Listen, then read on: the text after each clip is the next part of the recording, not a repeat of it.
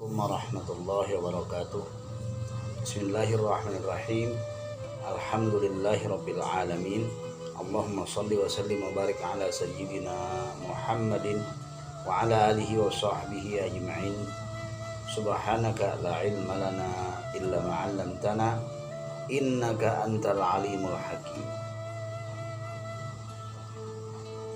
Amma ba'du, faya ayyuhal muslimun ittaqullah haqqa tuqatih wa la tamutunna illa wa antum muslimun. Kembali kita dalam kajian kitab Al-Mursyidul Amin.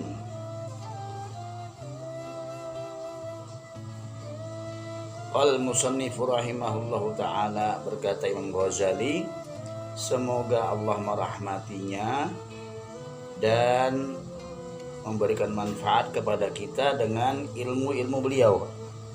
Amin Allahumma amin. Beliau mengemukakan sebuah hadis yang masih berhubungan dengan pembahasan tentang hati yang bagaikan cermin. Rasulullah Shallallahu Alaihi Wasallam bersabda, kullu mauludin yuladu alal fitrati wa innama abawahu yuhawidanihi aw yunasiranihi aw yumajjisanihi. Setiap bayi yang dilahirkan itu dilahirkan alal fitrati, dalam keadaan fitrah, dalam keadaan asli, dalam keadaan Islam, pasrah kepada hukum Allah. Dan sesungguhnya kedua orang tuanya lah yang akan menjadikan dia Nasrani atau Yahudi, bersifat Nasrani, bersifat Yahudi, berkeyakinan seperti orang Nasrani atau berkeyakinan seperti orang Yahudi. Itu adalah orang tuanya yang akan membimbingnya dan akan mengarahkannya. Kemudian disebutkan pula bahwasanya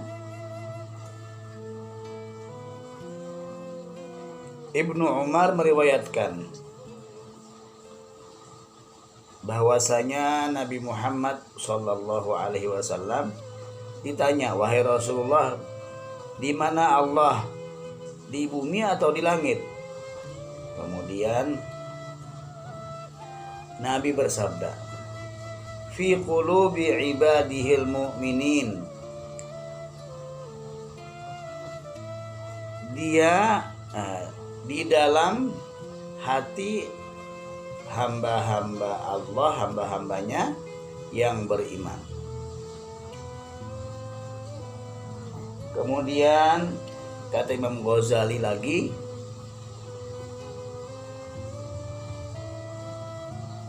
di dalam sebuah hadis qudsi disebutkan bahwasanya Allah Subhanahu wa ta'ala berfirman, summa yasa'ani ardi wala samai wa wasi'ani qalbu abdi al-mu'min. Kata Allah, kemudian bumi dan langitku tidak akan mampu memuatku,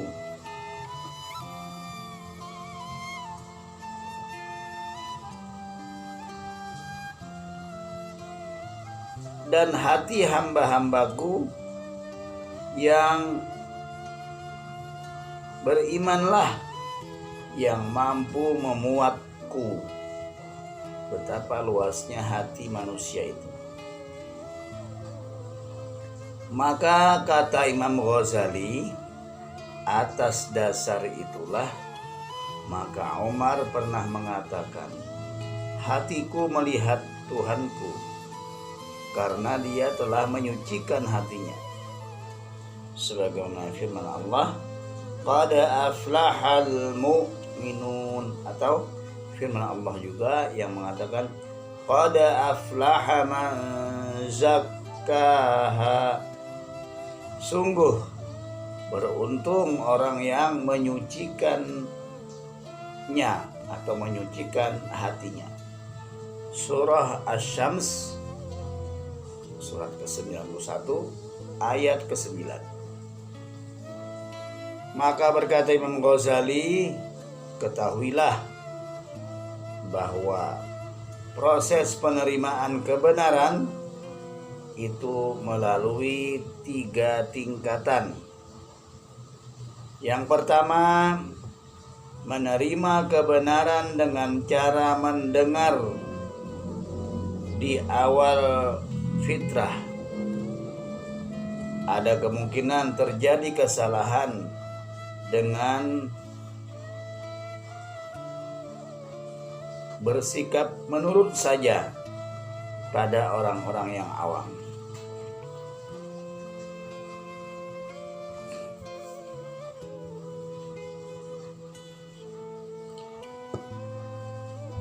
Yang kedua, menerima kebenaran dengan cara seperti engkau mendengar perkataan seseorang yang engkau cari-cari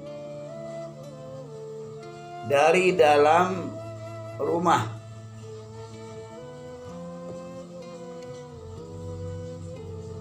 Kemudian dari ucapannya engkau mendapatkan petunjuk bahwa dialah orang yang engkau cari. Kemudian yang ketiga, menerima kebenaran dengan cara seperti engkau memasuki rumah lalu menyaksikan orang yang engkau cari dengan mata kepala sendiri. Maka inilah yang dimaksudkan dari perkataan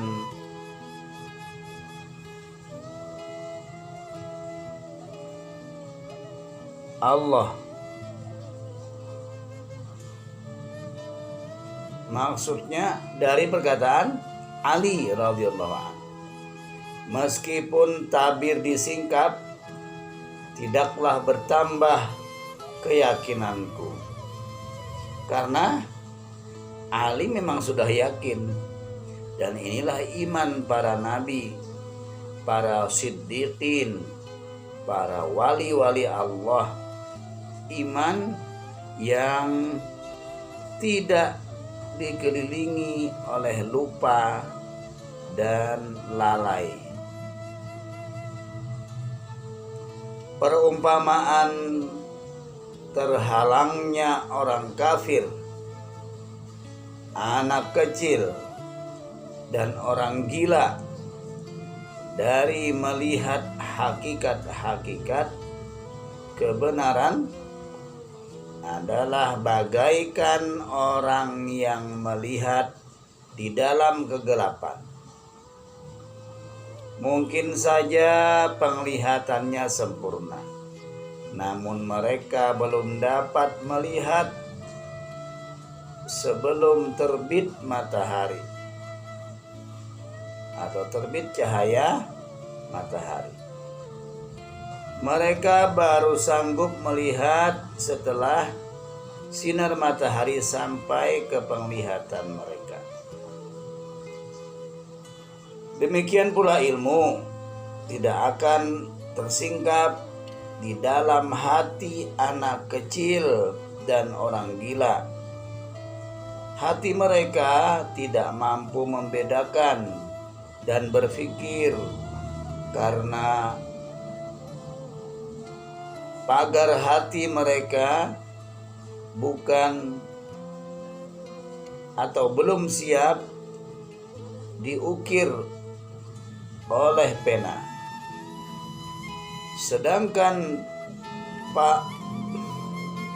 Sedangkan pena ini termasuk salah satu makhluk Allah Subhanahu wa ta'ala yang menjadi perantara keberhasilan terukirnya ilmu pengetahuan di dalam hati para hamba Allah yang beriman. Allah berfirman, allazi 'allama bil qalam 'allamal insana ma lam ya'lam. Dialah Allah yang mengajar manusia dengan pena. Dia mengajarkan mereka apa yang tidak diketahuinya. Al-Quran Suratul Alaq, surah ke-100, surah ke-96 ayat 4 dan 5. Maka adapun pena Allah tidaklah serupa dengan pena makhluk, sebagaimana sifat Allah tidak sama dengan sifat makhluknya. Dengan demikian, pena Allah tidak terbuat dari bambu dan kayu, sebagaimana zat Allah tidak terbentuk dari jauhar dan arab.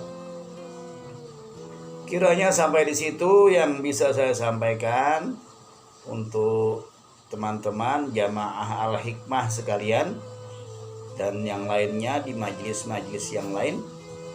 Mudah-mudahan bermanfaat. Wallahul muwaffiq ila aqwamit thoriq. Wassalamualaikum warahmatullahi wabarakatuh.